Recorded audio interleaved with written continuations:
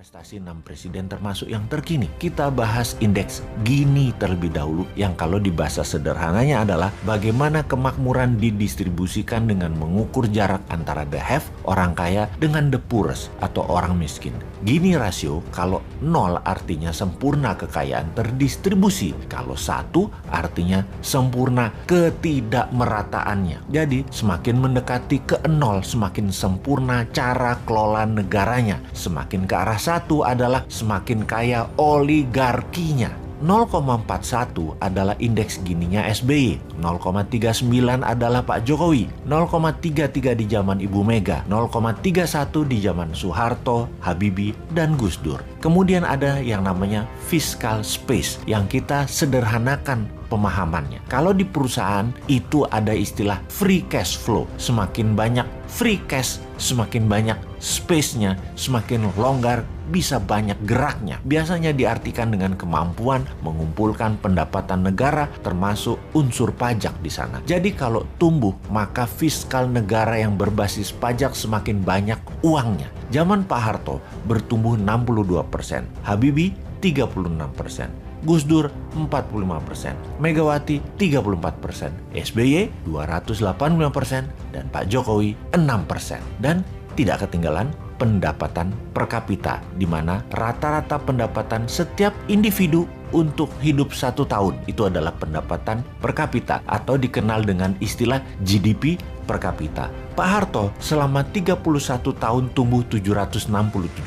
Habibie dalam 1 tahun menjabat tumbuh 45%. Gus Dur 2 tahun menjabat 12%. Megawati 3 tahun menjabat 54%. SBY 10 tahun 204%. Dan Jokowi 7 tahun 11%. Kita urai pertumbuhannya di rata-rata. Kalau itu per tahun, Soeharto 24%, Habibie 45%, Gus Dur 6%, Megawati 18%, SBY 20,4%, Jokowi 1,5%. Sekali lagi, hanya 1,5%.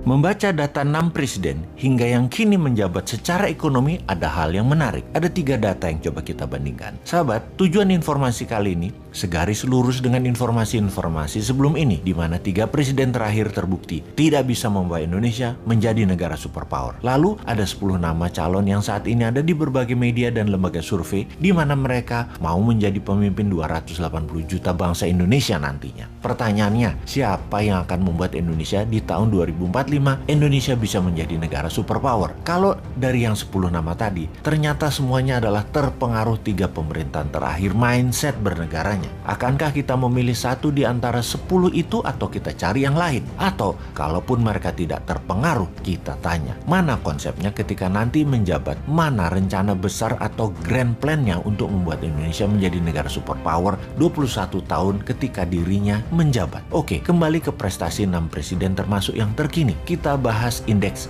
Gini terlebih dahulu yang kalau di bahasa sederhananya adalah bagaimana kemakmuran didistribusikan dengan mengukur jarak antara the have, orang kaya, dengan the poorest atau orang miskin. Gini rasio kalau 0 artinya sempurna kekayaan terdistribusi, kalau 1 artinya sempurna ketidakmerataannya. Jadi semakin mendekati ke 0 semakin sempurna cara kelola negaranya, semakin ke arah 1 adalah semakin kaya oligarkinya. 0,41 adalah indeks Gininya SBY, 0,39 adalah Pak Jokowi, 0,33 di zaman Ibu Mega, 0,31 di zaman Soeharto, Habibie, dan Gus Dur. Kemudian ada yang namanya fiscal space yang kita sederhanakan pemahamannya. Kalau di perusahaan itu ada istilah free cash flow. Semakin banyak free cash, semakin banyak space-nya, semakin longgar, bisa banyak geraknya. Biasanya diartikan dengan kemampuan mengumpulkan pendapatan negara termasuk unsur pajak di sana. Jadi kalau tumbuh, maka fiskal negara yang berbasis pajak semakin banyak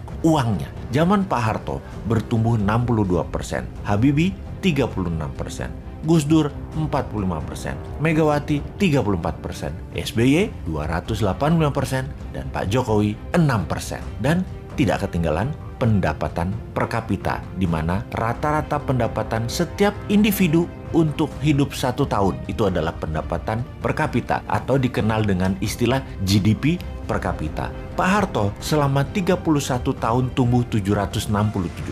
Habibie dalam 1 tahun menjabat tumbuh 45%. Gus Dur 2 tahun menjabat 12%. Megawati 3 tahun menjabat 54%. SBY 10 tahun 204%. Dan Jokowi 7 tahun 11%. Kita urai pertumbuhannya di rata-rata. Kalau itu per tahun. Soeharto 24%, Habibie 45%, Gus Dur 6%, Megawati 18%, SBY 20,4%, Jokowi 1,5%. Sekali lagi, hanya 1,5%. Kita tidak usah teruskan raport tadi karena nggak enak sama yang masih jabat dan pejabat teras lainnya. Kita diskusikan ke depan saja. Bagaimana membuat Indonesia GDP per kapitanya dari 3.900-an sekarang menjadi 10.000 dalam 5 tahun di tahun 2029. Bagaimana pendapatan per kapita menjadi $20.000 per kapita di tahun 2035 dan menjadi $40.000 per kapita di tahun 2045.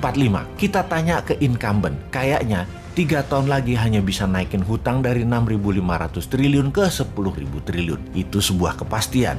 Kalau kita tanya ke 10 calon yang nanti di tahun 2024, kayaknya belum ada yang mikirin karena otaknya saat ini adalah hanya bagaimana menjadi terkenal dan disukai publik. Ketika menjabat, kumaha engke wae lah, rakyat teu ngarti. Pastinya ketika menjabat nanti, ya dalam 5 tahun, otopilot aja pemerintahannya dan kelolaan bernegaranya. Keputusannya tetap populis. Populis di mata rakyat dan populis di mata Tiongkok. Kalau Newmind jelas, printing money, bunga deposito 0%, kelolaan selat dan perairan internasional di wilayah Indonesia 100% untuk keuntungan Indonesia, seluruh sumber daya alam mineral sampai hasil akhir 100% diproduksi lokal, sehingga kita pun memiliki bursa barang jadi, spot dan future price-nya yang menentukan Indonesia untuk mineral tersebut.